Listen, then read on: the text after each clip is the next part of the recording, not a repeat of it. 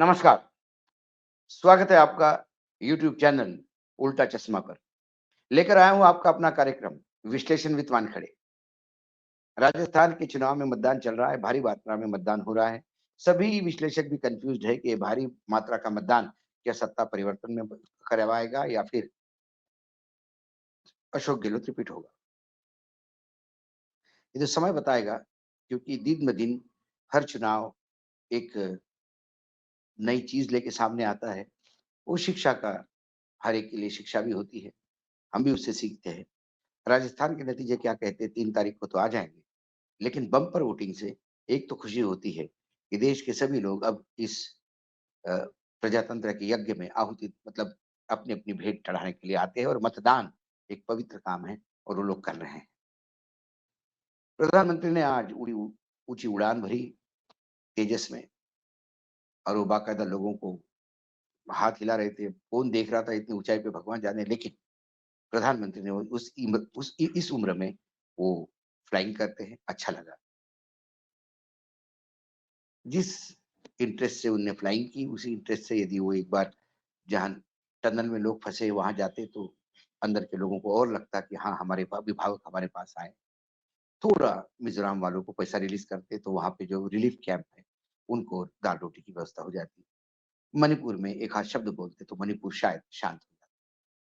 लेकिन वो करेंगे नहीं, क्योंकि वहाँ चुनाव है नहीं और जहाँ चुनाव वहीं प्रधानमंत्री जाते। आज प्रधानमंत्री ने हवाई जो यात्रा की या एयरफोर्स के विमान में जो सॉर्टी की, वो भी हो सकता है चुनावी गिमिक हो, क्योंकि प्रधानमंत्री यूँ ही कोई चीज़ करते नहीं, वो बेहतरीन इवेंट प्लानर और मैनेजर हैं। लेकिन आज हम बात करेंगे छत्तीसगढ़ की। छत्तीसगढ़ की बात इसलिए करेंगे कि छत्तीसगढ़ में जब पहले दिन का वोटिंग होना था 7 तारीख को, पहले फ़ेज़ का वोटिंग या 20 सीटें थी उनकी, बराबर 4 दिन पहले 4 तारीख को 3 दिन पहले 4 नवंबर को एकाएक ईडी एक्टिव होती है, एक होटल के कमरे में छापा मारा जाता है। वहाँ एक असीम दास नाम का कैश हैंडलर मिलता है। 5 करोड़ से की ज़्यादा रकम उसके कार्ड से मिलती है और फिर उसे से एक बयान रिलीज़ होता है ईडी का कि अशोक गहलोत को महादेव ऐप वालों ने इसी आदमी के थ्रू 508 करोड़ रुपए अभी तक पहुँचाया। हंगामा होता है 4 दिन तक अशोक गहलोत लगातार सॉरी बघेल, अशोक गहलोत नहीं बघेल साहब जो मुख्यमंत्री थे। बघेल साहब लगातार चिल्लाते रहे कि अरे ये मेरा पैसा नहीं, मुझे कोई लेना-देना नहीं, इनका षड्यंत्र है, ये कौन है असीम दास, इसका कोई वैल्यू नहीं है। लेकिन पूरे 7 तारीख तक तो ये रिकॉर्ड बजती रही और लगातार ये बोलते रहे, ये 508 करोड़ देखिए, ये 508 करोड़ देखिए और ये बोलने वाले में और कोई नहीं प्रधानमंत्री थे। प्रेस रिलीज़ देने वाला ईडी था। ईडी ने बगैर जाँच-पड़ताल करे सिर्फ़ एक आदमी जिसके कोई क्रेडेंशियल नहीं, जिसका कोई पीछे बैकग्राउंड नहीं, मात्र उसकी गाड़ी में कैश मिलता है, वो दुबई जाता है। वो कहता है महादेव ऐप के सोनी को वो जानता है, बंटी जिसको कहता है बचपन का दोस्त है। उसी बिना पे 508 करोड़ रुपए चिपका दिया बघेल जी पे और बघेल, भूपेश बघेल बेचारे वो 508 का टोकरा सर पे ढोते रहे और उस टोकरे को ज़बरदस्ती उसके सर पे अमित शाह जी, नड्डा जी, राजनाथ सिंह जी, सभी ये बड़े-बड़े नेता, प्रधानमंत्री स्वयं लगाते रहे। उसके बाद 17 तारीख को दूसरा फ़ेज़ हुआ जिसमें पूरा छत्तीसगढ़ निपट गया, लेकिन उसी के 7 से 17 के बीच में 508 करोड़ का लगातार मामला चलता रहा।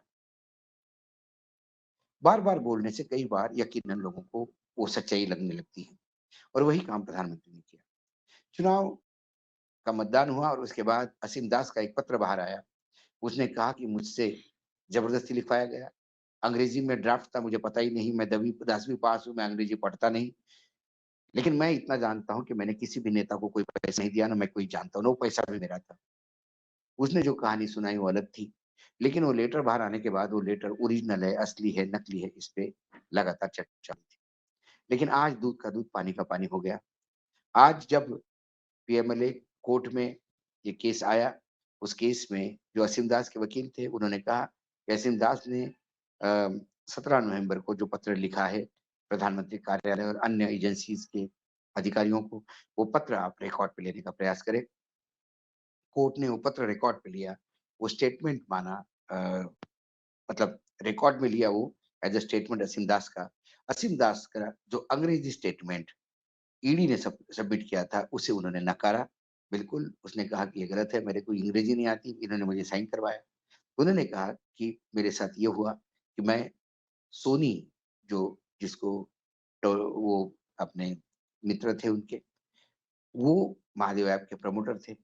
उसके कहने पे 2 बार दुबई भी गया। इस बार दुबई गया तो उसने कहा कि तुझे कोई काम शुरू करवा देता हूँ।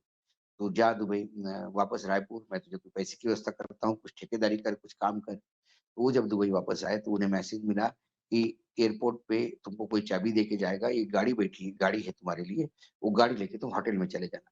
इसे लगा कि मेरे व्यवसाय के लिए ये सब मदद है। वो गाड़ी लेके होटल में गया, तो उसको ये बोला गया कि कोई मोटरसाइकिल पे आएगा, गाड़ी तुम्हारे पास कुछ रख के जाएगा, डिक्की में रख देना। वो कैश था, उसने मोटरसाइकिल वाले ने डिक्की में दे दिया और उसके बाद वो होटल के अंदर चला गया कमरे में। कुछ देर बाद ईडी आती है, उसे अरेस्ट करती है।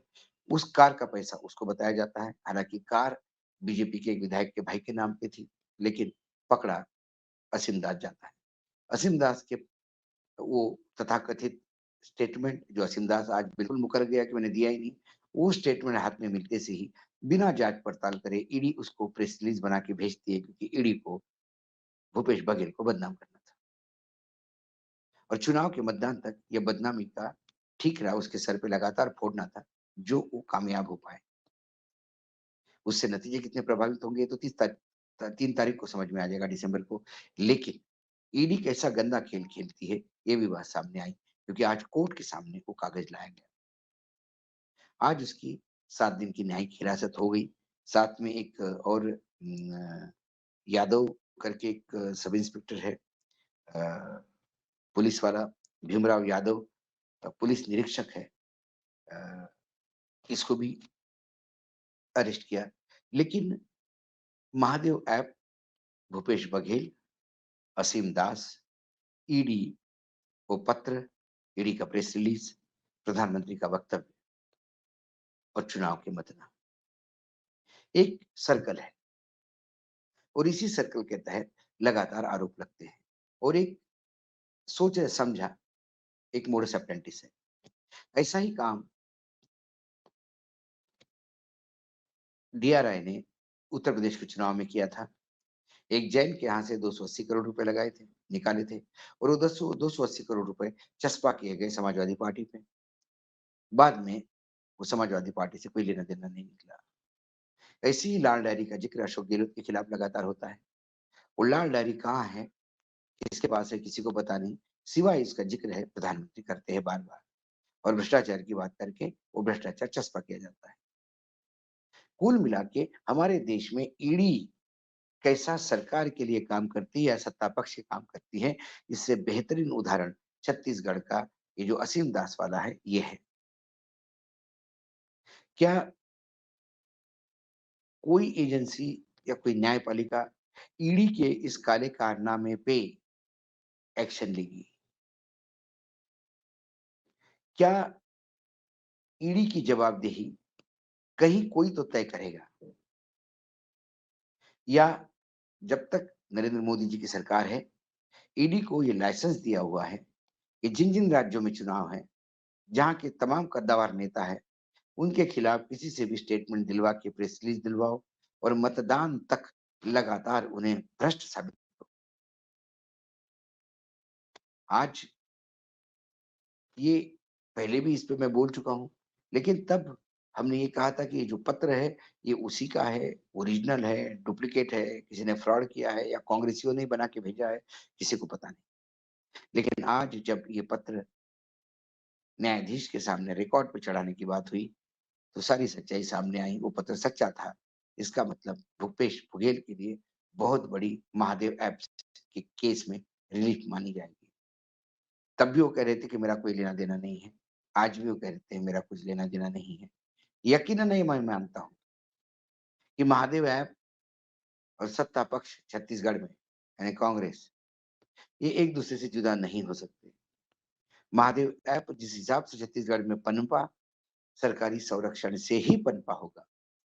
जब भी हम छत्तीसगढ़ जाते हैं, तो दई दु दबी जुबान में अधिकारी से लेके कई कांग्रेस के नेता भी इस बात को मानते हैं कि महादेव ऐप ये हमारा पाप है। लेकिन फिर चीजें रिकॉर्ड पे नहीं होती। अब न्यायपालिका पत्रकारिता में दिए हुए वक्तव्य, न्यायपालिका अखबारों में छपते हुए रिपोर्ट सिर्फ इस पे डिपेंड नहीं देती न्यायदान में, वो बाकायदा साथ में प्रूफ भी देखती है, जो प्रूफ अभी कोई हाथ किसी एजेंसी के नहीं लगा जिसमें महादेव ऐप में सीधा सीधा भूपेश बघेल को वो अंदर कर सके। आज इतना ही, कल फिर आता हूँ किसी विषय के साथ, तब तक के लिए नमस्कार। देखते रहिएगा यूट्यूब चैनल उल्टा चश्मा।